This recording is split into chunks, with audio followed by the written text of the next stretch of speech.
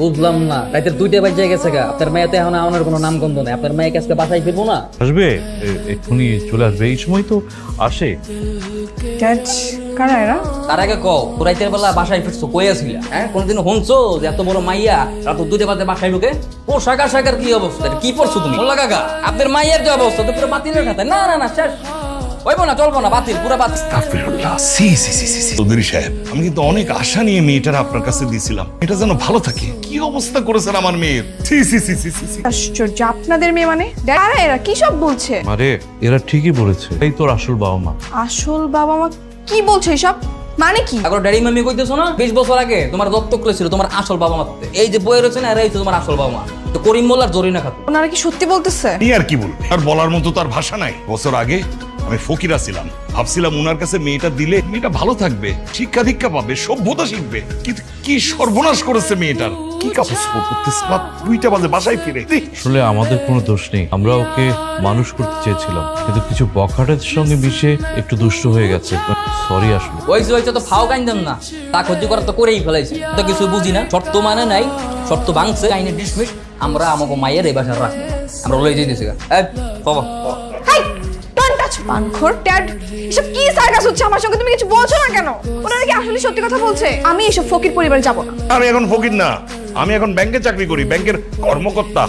আমার এখন অবস্থান ভালো। চল মা, তুই আমার সাথে চল। জন্ম দিলেই না বাবা মা হওয়া যায় না। যেদিন থেকে আমাকে দত্তক দিয়েছেন ওই দিন থেকে আপনার দুদিকে শেষ। আমাকে লালন পালন করেছে, ওরা আমার আসল বাবা মা।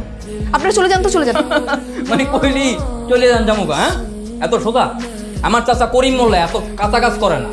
20 বছর আগে যখন তোমার মামি দিদি দত্তক করেছিল, তখন তোমার বাপ মা স্টাম্পে লিখে দিয়েছিল যে মাইয়া যদি মানুষ না করতে পারে, মাইয়ার যখন মতো লয়ে যান। পারে নাই? ইয়গুল সাহেব, কথা ঠিক আছে না? কাগজপাতিতে কি আছে পুরো উনান তো?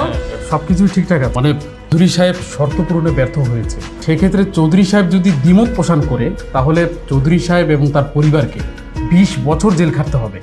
না না, আমাদের 20 বছরের জেল খাটার দরকার নেই, আপনারা বরং আপনাদের মেয়েকে নিয়ে যান। চলো চলো বাইকে চলো।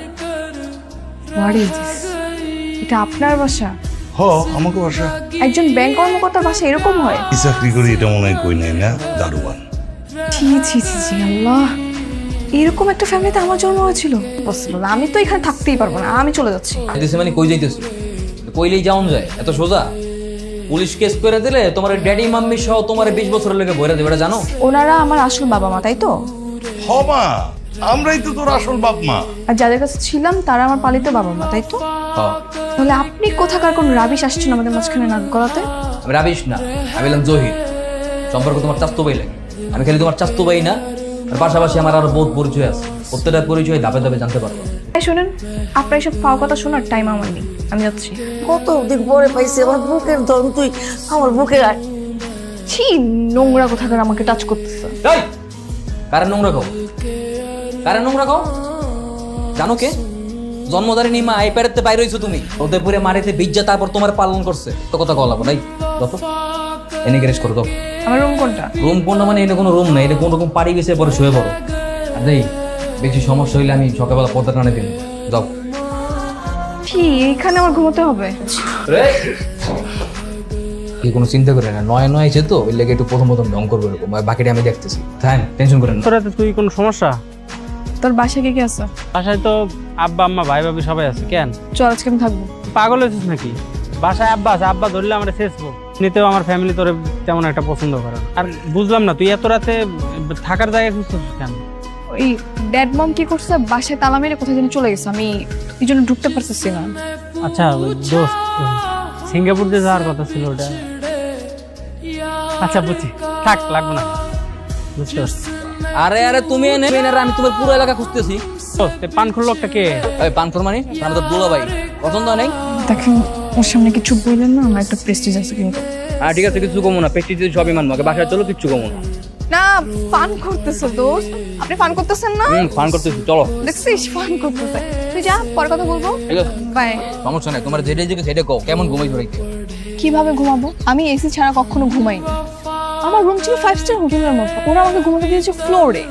আর তেলা পোকা, ছাড় পোকা, উফ, আমি কখনো এখানে অ্যাডজাস্ট করতে পারবো না। তাইলে কি সারাত ঘুমাও নাই? যাইতেছিলা? বাইরে এসে বসেছিলাম। কি সারাত বাইরে আছিলা? তো ভালো মতো খাওয়া দাওয়া খাও নাই? কি খাবো? তারা খায় পান্তা ভাত, আমি এসব কখনো খেতে পারবো না। পান্তা আমি খাই না, পুঁটি মাছ পাই না, একটা যদি পাই ওর মধ্যে গাপস গোপস খাই। আপনি কি আমার সাথে ফাইজলামি করতেছেন? না ফাইজামি করবো বলে, ফাইজামি করতেছি। শোনো, তুমি সারা ধরে কিছু খাও নি, চলো হোটেলে, চলো হোটেলে গিয়ে তোমার ভালো মতো খাওয়াই, আমি খাওয়াইতেছি। চলো ওঠো, আস্তে আস্তে গলায় বাজে যাবো তো, আস্তে। শোনো, আজকের পরতে যে পিজা বার্গার স্যান্ডউইচ হাফি জাবি খাওয়া বাদ দাও, খাবার খাবার চেঞ্জ করতে হবে। আজকের পর আমরা যা খেয়ে খাইতে ওই যে আলু ভর্তা, ডাল, ফুটকি। মন খারাপ করো না, মন খারাপ করে কোনো লাভ নেই। আপনি আমাদের উস্কানি দিয়ে আমাকে এখানে এনেছেন, কি দেখছেন কিছু বুঝি না। আরে না কি কয়, কথা আমার ভিতরে না, আমি কি থাকবো এর ভিতরে? আপনি অন্তত প্লিজ কিছু করেন।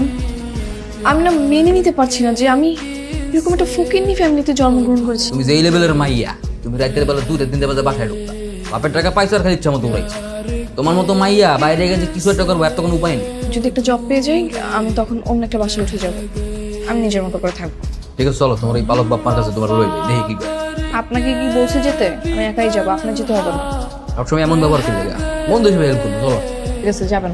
আমাকে তো দাদি আছে না, মানে তোমার দাদি শাশুড়ি, কিন্তু তোমার আর আমার জন্মের আগে আমাকে বিয়ে ঠিক করে রাখছিল, এটা কি জানো তো? সব আজের কথা জানার আমার কোনো দরকার। বিয়ে করা লাগবো না, এটা তো এমনি কইছি আর কি, এটা অপশন হিসাবে। বললে করবেন দিলে নাই, পরে তো না কইতে পারেন, কইলেন তো না কোনো দিনও, কইলে তো ঠিকই রাজি দিতাম, এই কথা তো না করতে। ঠিক আছে, চলেন। বিয়ে করতে নাকি? আমার ড্যাডির কাছে। বলা নেই কওয়া নেই, হুট করে তুমি কারো পারমিশন ছাড়া একেবারে ড্রয়িং রুমে এসে বসে আছো। ঘুম থেকে আসলে কি পারমিশন নিয়ে আসতে হবে? হ্যাঁ, হ্যালো, বল। কই রে তুই? দোস্ত, আমি না একটু ঝামেলায় আছি, বুঝছিস, পরে কথা বলবো নে। আচ্ছা তুই না আমাকে বলছিলি যে ট্রিট দিবি সিঙ্গাপুর নিয়ে, তুই আর তো কিছু জানাইলি না। আর টিকিট কাটতে দিব না, সবকিছু গুছ গাছেরও তো একটা ব্যাপার আছে। দোস্ত, আমি আসলে নিজে একটা ট্যুর দিচ্ছি তো একা একা, তো এটা থেকে ফিরে এসে তারপর তোদের সাথে ট্যুর দিব, ওকে? এমনি আর কত মিথ্যা কথা বলবো, সত্য তো একদিন একদিন প্রকাশ পাইবো, সার্থক সত্যটা কয়ে দাও। আপনার কি সমস্যা? হ্যাঁ, আমি আমার ফ্রেন্ডকে কি বলবো না বলবো সেটা আমার ব্যাপার, আপনি তো কথা বলেন কেন? বললাম আমি একটা জব পেয়েছি, কালকে থেকে সেটা জয়েন করব, আর এই বাসায় আমি থাকবো না, আমি নতুন বাসা নিয়ে নতুন বাসায় উঠবো। ভালো কথা, আলহামদুলিল্লাহ। ওইটা নোরা না? চল তো। কিরে নোরা, তুই এনে কে নোরা? আমি নোরা না। কি কইতেছে?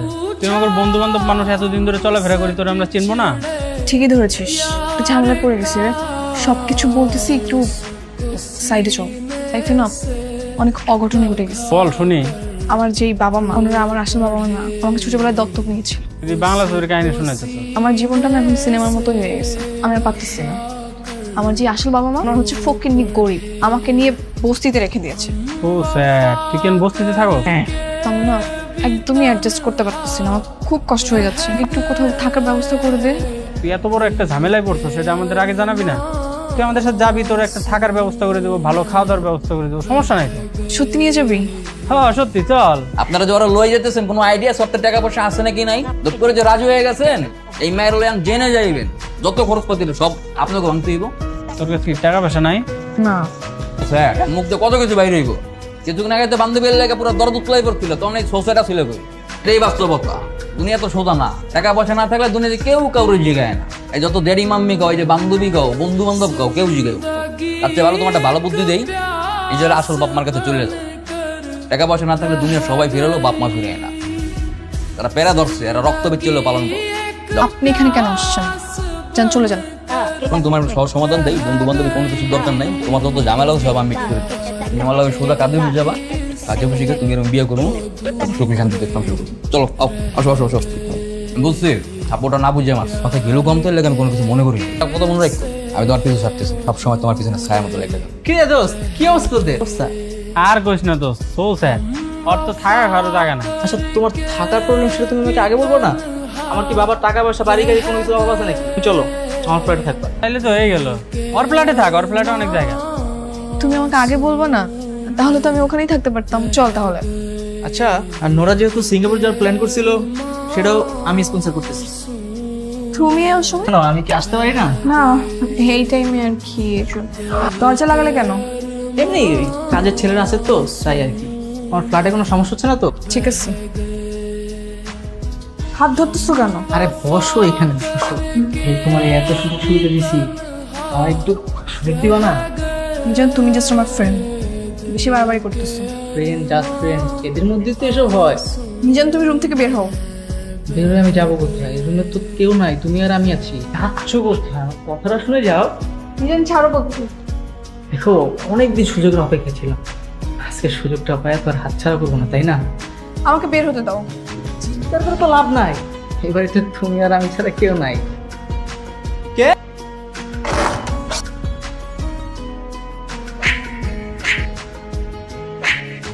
তা কান্না করো না, তুমি আজকে খারাপ সঙ্গ, খারাপ বন্ধু বান্ধব শুনতে ভুল করছো।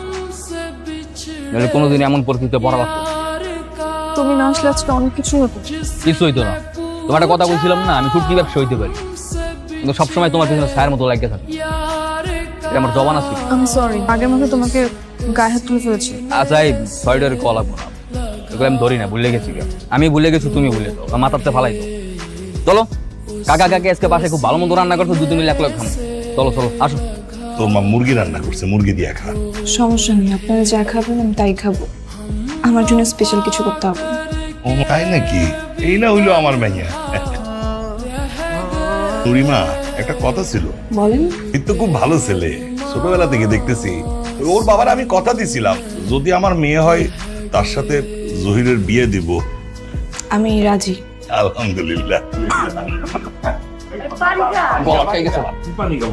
আপনারা ঠিক মতোই সবকিছু আয়োজন করেন, আমি আমার জীবনটাকে সুন্দর করে সাজাতে চাই। এইখান থেকে শপিং করবা? কি দরকার, এখান থেকে শপিং করলে অনেক বেশি খরচ হয়ে যাবে। আর তুমি খালি খরচের কথা চিন্তা করো, মানে একবার বিয়ে করবো, একটা বউ, শখ আলাদা আছে না। আমি সস্তা কোনো বাজারে যাই, দরকার নেই। একটু বেশি খরচ হয়ে গেল না? মনে হচ্ছে জীবনের সব সঞ্চয় দিয়ে তুমি শপিং করেছো। কেন, কি হয়েছে? কই খরচ করছো? তোমার কাছে কি মনে হয় যে টাকা পয়সা কি কম আছে না? তোমার একটা কথা কইছিলাম না, আর আরো বহুত পরিচয় আছে, প্রত্যেকটা পরিচয় আস্তে আস্তে জানবা। দেখো খালি কার গাড়ি? আমার আমার গাড়িও আছে। ফুটকির ব্যবসা করে দেখে কি গাড়ি কিনতে পারবো না? চলো চলো, পরে কইতেছি। এখানে আসছো কেন? ভিতরে আসো, তোমার কইতেছি। কি তোমরা এখানে? আমি ডেকেছি, শুনলাম তুমি নাকি খুব কষ্টে আছো, তাই আমরা ভাবলাম তোমাকে আবার নতুন করে দত্তক নিই। না, আমি অনেক ভালো আছি, আমি ওখানে থাকবো। আসলে তুই আমার ওখানে থাকবি? এই আলিশান বাড়িতে তুই ফিরে আসবি না? না, এখন আমি আমার জীবনে মানে বুঝে গিয়েছি। আপনাদের এই বিলাসবহুল জীবনে থেকে আমি কখনো আমার জীবনে মানে বোঝার চেষ্টা করি, শুধু অর্থ অপচয় আর অবাধ্য জীবনে ডুবেছি। কিন্তু আমার আসল পরিবারের কাছে যাওয়ার পর আমি বুঝেছি হোয়াট ইজ লাইফ। এখন আমি বুঝতে শিখেছি টাকার মূল্য আর সময়ের মূল্য কতটুকু। সত্যি? হ্যাঁ, এই সব কিছু বুঝতে জহির আমাকে অনেক হেল্প করেছে। তার মানে তুমি এখন লাইফ নিয়ে অনেক সিরিয়াস। অহেতুক টাকা খরচ, বাজে পদ্ধতির সাথে মেলামেশা করা ছাড়া তুমি থাকতে পারবে? অবশ্যই পারবো, কারণ এইসব যারা করে কখনোই ভালো কাজ করে না। সবাই হাসছেন কেন? শিব, কারণ আমরা সাকসেস। মানে? আমি তোমার পালিত বাবা, আমি তোমার জন্মদাতা পিতা। তাহলে ওনারা কারা? আমি হচ্ছি জহিরের বাবা। আর আমি শুটকি ব্যবসায়ী জহির, আর আমার বাবা ব্যাংকের দারোয়ান। তার মানে এতদিন সবাই মিলে আমার সঙ্গে নাটক করেছেন? আসলে তুই বখাটে হয়ে যাওয়ার পর আমি জহির আর জহিরের বাবার সাথে প্ল্যান করে এই নাটকটা সাজিয়েছি, যাতে তুই বাস্তবতা বুঝতে পারিস, জীবনের মানে বুঝতে পারিস। সত্যটা জানার পর আমার খুব রাগ হচ্ছে, তবে আমি যে চেঞ্জ হয়েছি এটার জন্য ভালোও লাগছে। আসলে আমি সবকিছু অনেক অল্পতে পেয়ে গিয়েছিলাম, তো একটু বেশি বিগড়ে গিয়েছিলাম। এখন আমার খুব হালকা লাগছে। আপনাদের সবাইকে অনেক ধন্যবাদ আমাকে চেঞ্জ করার জন্য। এবার কি আমি জহিরের সাথে তোর বিয়ের প্ল্যানটা করতে পারি? ঠিক আছে।